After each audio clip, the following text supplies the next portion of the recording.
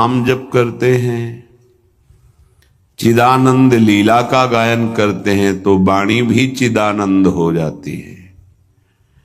श्रवणेन्द्रिय, जब इससे हम नाम कीर्तन सुनते हैं, नाम जब सुनते हैं, भगवत लीला सुनते हैं तो श्रवणेन्द्रिय चिदानंद हो जाती है।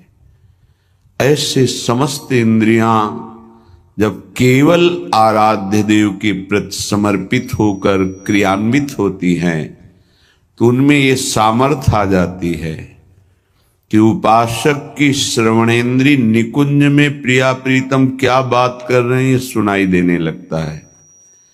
निकुंज में प्रिया प्रीतम कैसी शोभा से विराजमान है ये दिखाई देने लगता है।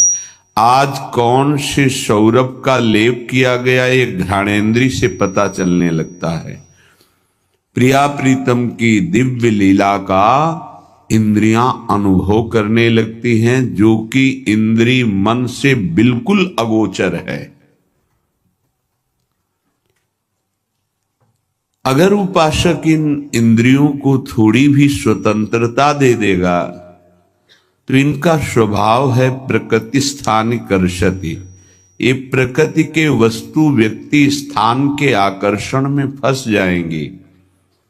फिर ये महासुख जिसकी हमारे हृदय में लालसा है वो प्रकृति से पूर्ण होने वाली नहीं, वो परमात्मा से होने वाली है।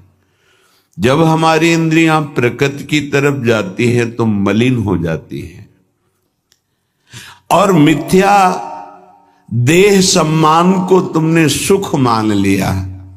चार लोग नमस्कार किए तो तुम अपने को श्रेष्ठ समझ लिए। किंचन मात्र भी कोई श्रेष्ठ नहीं है। ये पंचभूत शरीर सबके उसी सामग्री से बने हुए हैं। अंदर जो जीव अंश है भगवान का बिल्कुल बराबर है। अब जो सम्मान और अपमान होता है गुण और अवगुण का होता है, और गुण और अवगुण दोनों मायाकृत है। सुनो तात मायाकृत गुण और दोष अनेक, ये दोनों मायाकृत है। तो तुम किसका सम्मान? माया का। किसका अपमान? माया का।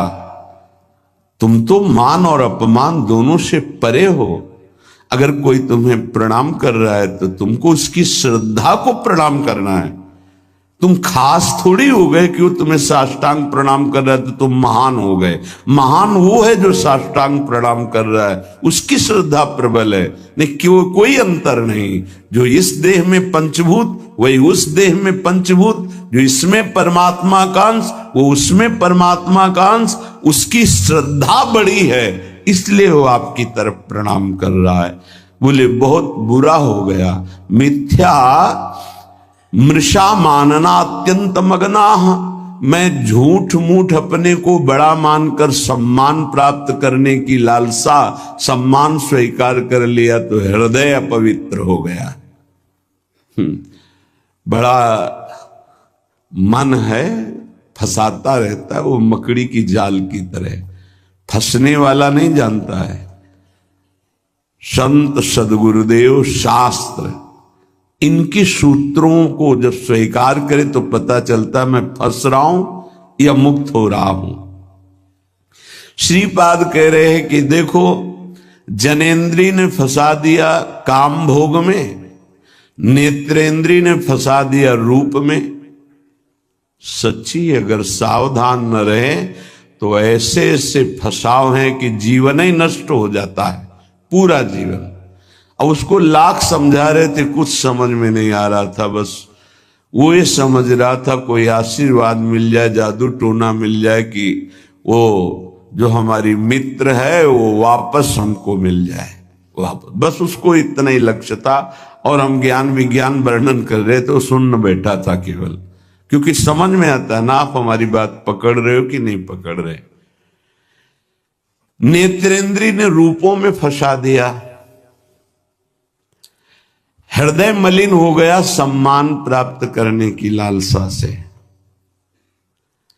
और कह रहे जिभ्या मिष्टान्न निष्ठा विरमति न मनाग वित्त सग्रंथ अनुचितम। जबान आ गई भोजन के स्वाद में, ये मिष्ठान है, ये चटपटा है, ये बड़ा स्वादिष्ट है। जिह्वा रसेंद्री यदि भोजन के स्वाद में मगन है तो राधा नाम सुधा रसम का स्वाद नहीं ले पाएगी। उचित आहार जो भगवत प्रसाद रूप है उसको डाल लेते हैं, उसके प्रति हम आसक्त नहीं होते, स्वाद दृष्टि नहीं रखते। पूर्व के संत भगवान के दर्शन होते थे, खप्पर रखते थे नारियल का, नारायण नारायण, दाल खीर रोटी जो भी मिला खप्पर में डाला, मिलाया। स्वाद से मतलब नहीं, प्राण पोषण से मतलब है। और यहां धनिया की चटनी अलग, टमाटर की चटनी अलग, भरौआ मिर्च अलग, ये अलग ये अलग, तो फिर राधा नाम सुधा रसम भूल जाओ। ये 2 अंगुल की जबान है, बस इतने में सारा खेल है। यहां से नीचे उतरने पर कोई स्वाद नहीं है, भाई इतने में घुमाने का स्वाद है, और अच्छे अच्छे इसी में फंस जाते हैं।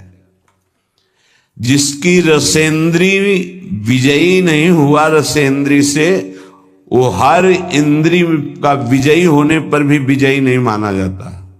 रसेंद्री विजयी जनेन्द्री विजयी जरूर होगा, और रसेंद्री जनेन्द्री विजयी संपूर्ण इंद्रियों का विजेता माना जाता है। धैर्यवान उसे ही कहते हैं जो 2 इंद्रियों को काबू में कर ले, रसेंद्री और जनेन्द्री। रसेंद्री मिष्टान्न आदि भोग पकवान पाने के लिए लोलुप जीवन हो गया, पेट बढ़ करके छाती से 1 बीता ऊंचा हो गया है। उठने बैठने में दिक्कत होती है, पर पाने के समय और कितना अधिक पाया जा सके, ये स्वाद वो स्वाद वो स्वाद कितना पाओगे, मर जाओगे पाते पाते, फिर भी तृप्ति नहीं होगी। बहुत विचित्र वासना है, बहुत विचित्र वासना है। चित्त वित्त सग्रंथ अनुचितम, सच्ची बात। आज चरित्र भगवत धर्म मर्यादा, इसका महत्व धीरे धीरे समाज से हटता जा रहा है, धन का महत्व होता जा रहा है।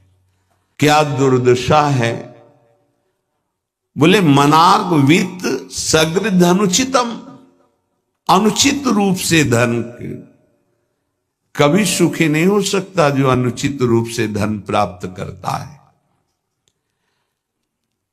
हा वृंदारण्य कान्या भवति मम गतिश्चेदहम त्वत्स्थितोपि, मेरी क्या गति होगी जब मेरी इंद्रियां और मेरा मन ऐसा है। मैं आपका आश्रय लेता हूं, आपका वास स्वीकार करता हूं। मैं समझ गया कि मेरे से अब कुछ नहीं होने वाला, मेरी अनन्य गति आप हो। हे वृंदावन, आप मेरा सुधार कर दो। अब मैं कहीं किसी की ओर नहीं देख सकता, सिर्फ आपका आश्रय लिए हूं। भाव ये है कि हम सब तरह से हीन हैं, हर इंद्रियां हम पर विजय प्राप्त किए हुए है। उल्टा इंद्रियों पर हमें विजय प्राप्त करना चाहिए, इंद्रियां हम पर विजयी हो गई हैं, अब हम कैसे मुक्त हो? तो बोले धाम का आश्रय ले लो, बड़ा महत्व है। धाम कृपा करके आपको सत्संग प्रदान करेगा। यदि आप सत्संग के अनुसार सुलझ के चल पावे तो क्या होता है, जन्म जन्मांतर से मलिन बुद्धि होती है और बहुत भागती है बुद्धि। जैसे जंगली नील गाय देखा हो, गर्दन उठाई भागती चली जा रही, ऐसे ये भागती बुद्धि। अगर इसको कोई रोक सकता है तो गांव में एक लंगड़ बांधा जाता था। लंगड़ समझते हैं? 2 टांगों के बीच में एक मोटा सा लकड़ी का। अब वो भाग नहीं पाएगी ऐसे।